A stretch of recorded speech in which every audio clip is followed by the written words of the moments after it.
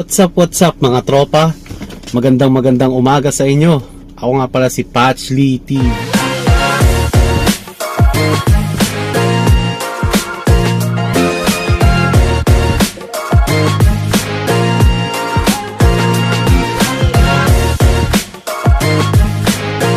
Sa video na to mga tropa, tayo ay bebiyahe gamit ang InDrive Riding Hailing app. So samahan nyo ako mga tropa at tingnan natin kung ilan ang posible nating kitain sa loob ng isang araw. So tara. So yun nga mga tropa, no? Chinek muna natin yung ating langis, tubig at saka gulong. Importante check natin yung lagayan ng sasakyan natin bago tayo bumiyahe, lalo ng sakay natin is mga pasahero. So dapat laging safe guys. Tsaka importante hindi tayo matirikan sa daanan mga katropa, no? Tapos siguraduhin din natin na malinis yung loob ng sasakyan natin at mabango, kasi para makaritan tayo ng pasahero ng 5 stars. Tsaka syempre convenient nila, kaya nga tayo binabayaran para magkaroon sila ng comfort, no, sa ride nila. So ayun mga tropa, happy. So yun no, mga tropa, kaninang mga alas 4 sinubukan ko ng i-online yung ating application. May mga pumapasok ng bookings. Sa tingin ko nasa 3 yun, ano, dito sa Caloocan papunta ng Parañaque. Tapos meron din mga Valenzuela, ganun. So ayun tropa, hindi pa natin in-accept kasi hindi pa naman tayo ready kanina. So habang nandito ako sa garahe, pinapainit yung sasakyan, inon ko na yung aking application at unfortunately wala pang bookings sa ngayon, ano. So update ko kayo may mga tropa. So yun nga, no, mga katropa, time check 5 o'clock na. So 30 minutes na tayo na nag-aantay ng pasahero, pero wala pa rin, ano, wala pang pumapasok na booking. So antay lang tayo tropa, antay pa tayo ng onte kasi bago pa tong InDrive hindi siya kasing lakas ng Grab o Joyride mga tropa. Pero tsaga-tsaga lang tayo, subukan natin buong araw tayong babiyahe, tingnan natin kung okay ba tong InDrive, ano, mga tropa. Update ko kayo. Update ko lang mga katropa, no, may mga pumapasok tayong bookings, kaso yung pick up napakalayo, 10.4 kilometers away sa atin, no. So hindi ko siya ina-accept kasi malulugi tayo tropa eh. So antay pa tayo, update ko. So ayun mga katropa, no, pinasukan na tayo ng booking after 35 minutes dito sa may Matrix Loop papunta ng Cubao. So praise God mga tropa, meron na tayong first customer. Update ko kayo. Ayun nga mga tropa, no, ang daming pumapasok na bookings, kaso doon bandang Cubao, ayan mga yan, Metro Manila, Pasay Manila, dito sa may bandang Fairview wala masyadong mga tropa eh. So subukan kong punta, no, pa south. On tumal talaga ang booking dito sa ating banda. So update ko kayo ng mga tropa.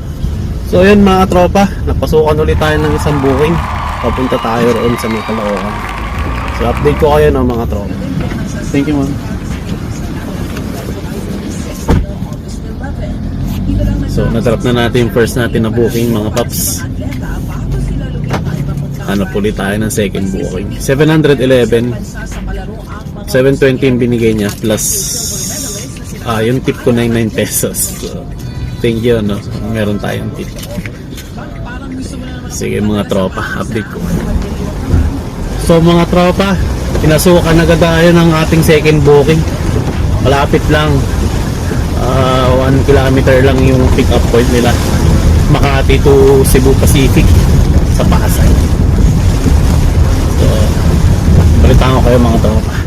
So yun nga guys, ano, na-drop na natin yung ating second booking. Pakabait ni ma'am, binigyan tayo ng tip.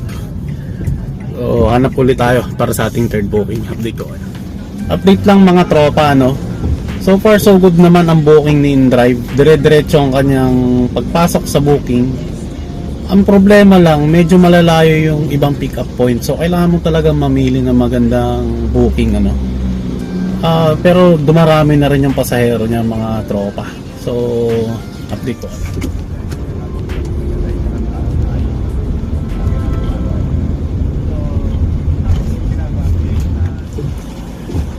Hello mga katropa. So ayun nga no, na-drop na natin ang ating pang fourth na pasahero mga katropa. Dito lang tayo sa Makati. Bale time check 11:24 AM. So meron na tayong 4 na pasahero. Pero nag-break ako kanina kasi nagagahan muna ako mga 1 oras din. So parang nasa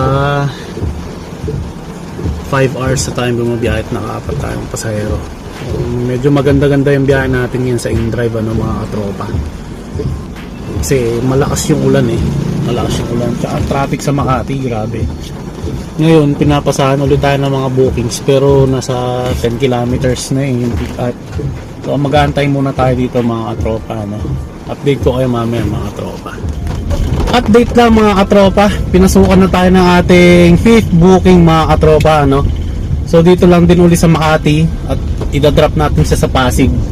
So siniswerte tayo mga katropa. Siguro dahil umuulan din kaya maraming pasahero. So update ko kayo mga katropa. Update lang mga katropa sa mga daan natin dito sa Metro Manila ngayon. Daming baha mga katropa. Ayan. Pero sige, tuloy lang tayo. So gagarahan na lang tayo maaga-aga kasi may bagyo ngayon baka lumakas pa mamaya.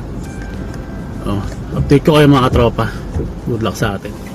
So yun mga katropa, na-drop na natin ang ating 5th passenger.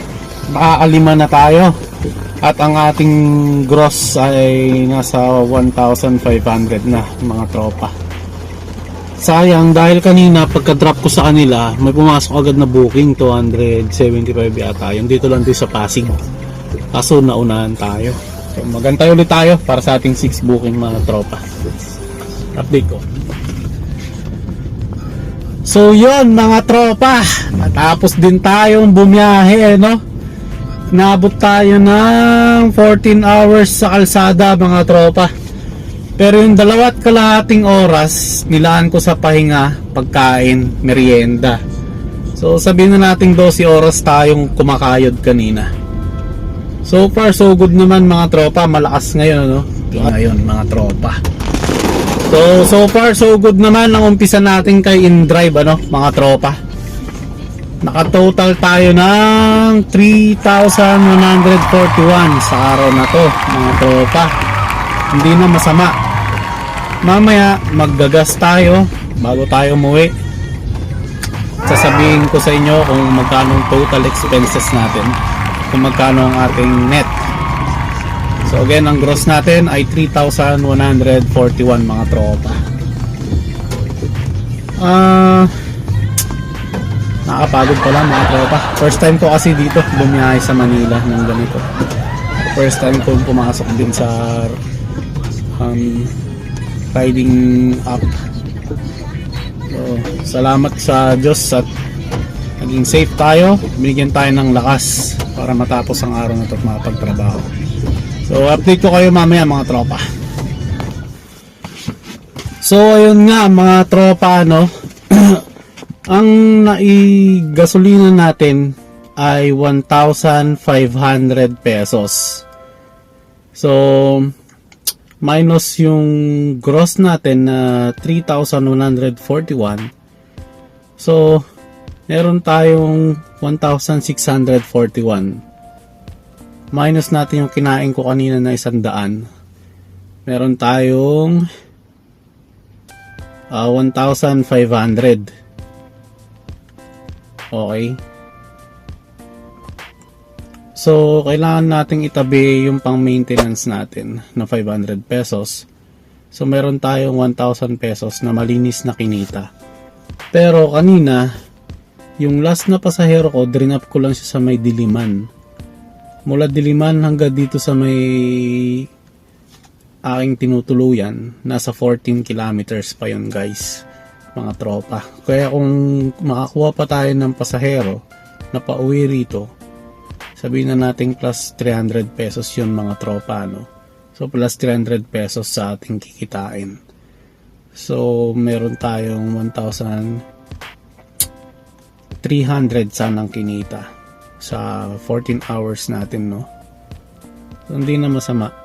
0% commission kasi si InDrive sa ngayon. Pero pwede na rin panimula dito sa InDrive. So ayun mga tropa, no? Salamat sa panonood ng aking munting video tungkol sa InDrive. So I hope marami pa tayong videos na gagawin na mayroon kayong matututunan kahit papaano. So yun lang mga katropa. Peace out.